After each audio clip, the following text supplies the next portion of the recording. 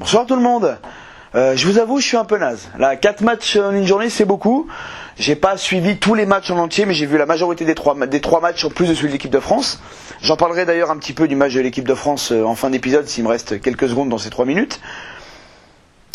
Globalement, aujourd'hui, on a eu du décevant, de l'étonnant, du plaisant. Le Danemark-Pérou était plaisant, et on a eu du chiant. Mais voilà. Globalement, une belle journée de foot avec tous ses hauts et ses bas. Donc on va y revenir. Le 3M CDM, c'est parti!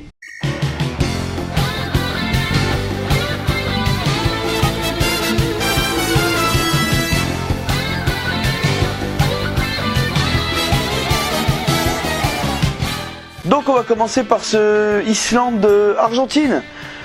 Ouais, moi je voyais l'Islande déjà faire match nul parce que l'Argentine déjà, si vous revoyez mon top 10 de la Coupe du Monde, mon top 10 des futurs pronostics de la Coupe du Monde, l'Argentine j'avais mis en 10. Donc pour moi l'Argentine est moins bonne que la France. Et vu que l'Argentine jouait une sélection supérieure à celle de la France, un nul me paraissait totalement probable. Et donc ouais, ils l'ont fait, les Islandais, toujours pareil, bloc bas, mais je trouve qu'il y a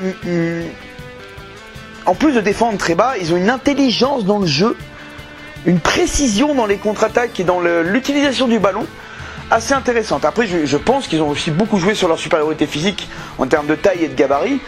Et leur attaquant de pointe là qui met le but, qu'est-ce qu'il est costaud lui. C'est dommage parce que l'Argentine a fait le plus dur en marquant en premier et ils se sont fait surprendre juste derrière et après c'était compliqué. Messi n'a pas fait un bon match. Il a eu du mal à rentrer dedans. L'Argentine n'a pas fait un bon match, mais bon, c'est dans leur lignée. Je suis plutôt rassuré qu'on croise avec cette poule là en fait. Mais avant de croiser avec cette poule là, on va affronter le Danemark et le Pérou avant la fin et c'était super.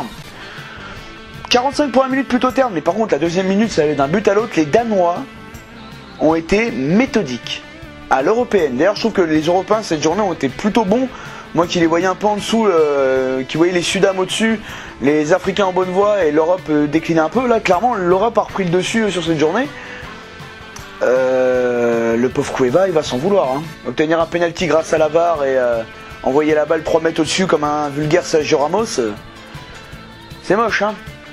Donc le Pérou rate le coche, prend un but et derrière c'était terminé quoi. Ils n'ont jamais réussi, les Danois ils se sont tenus.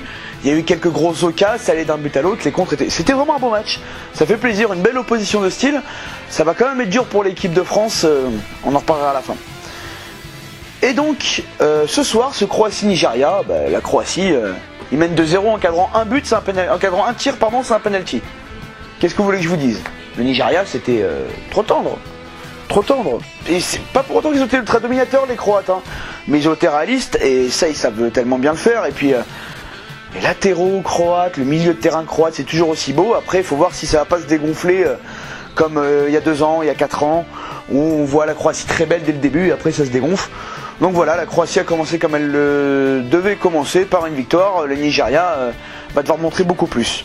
Il me reste exactement 25 secondes. Maintenant que le truc est un peu redescendu par rapport à la France et l'Australie, je voulais juste vous dire, en fait, je crois que je mets la barre trop haut pour cette équipe de France. Et je suis... En fait, vu que je me suis fait prendre peut-être par la hype de on va être champion du monde, je me suis dit je vais voir une équipe capable d'être champion du monde. Mais en fait non, la France n'est pas un top européen et il faut que j'arrête de me faire croire à moi-même que cette équipe, bon ça sonne hein, mais on va continuer quelques secondes. Et je vais arrêter de me faire croire que cette équipe peut être vraiment championne du monde et je vais prendre les matchs comme ils viennent. Une équipe moyen plus, à peine bonne européenne, qui éventuellement peut faire un bon parcours avec un bon tirage et si quelques joueurs cadres arrivent à se révéler. Mais ouais, je reste persuadé que ce qu'on a vu là aujourd'hui c'est pas suffisant et que la victoire ça ne fait pas tout. Voilà. Sur ce, je vous laisse. Passez une bonne nuit. La mienne va être longue je pense parce que je suis fatigué là. Mais bon, c'est quand même cool la Coupe du Monde quoi. C'est quand même des matchs à intensité. Et ça envoie. Je vous fais des bisous, je vous dis à demain. Ciao.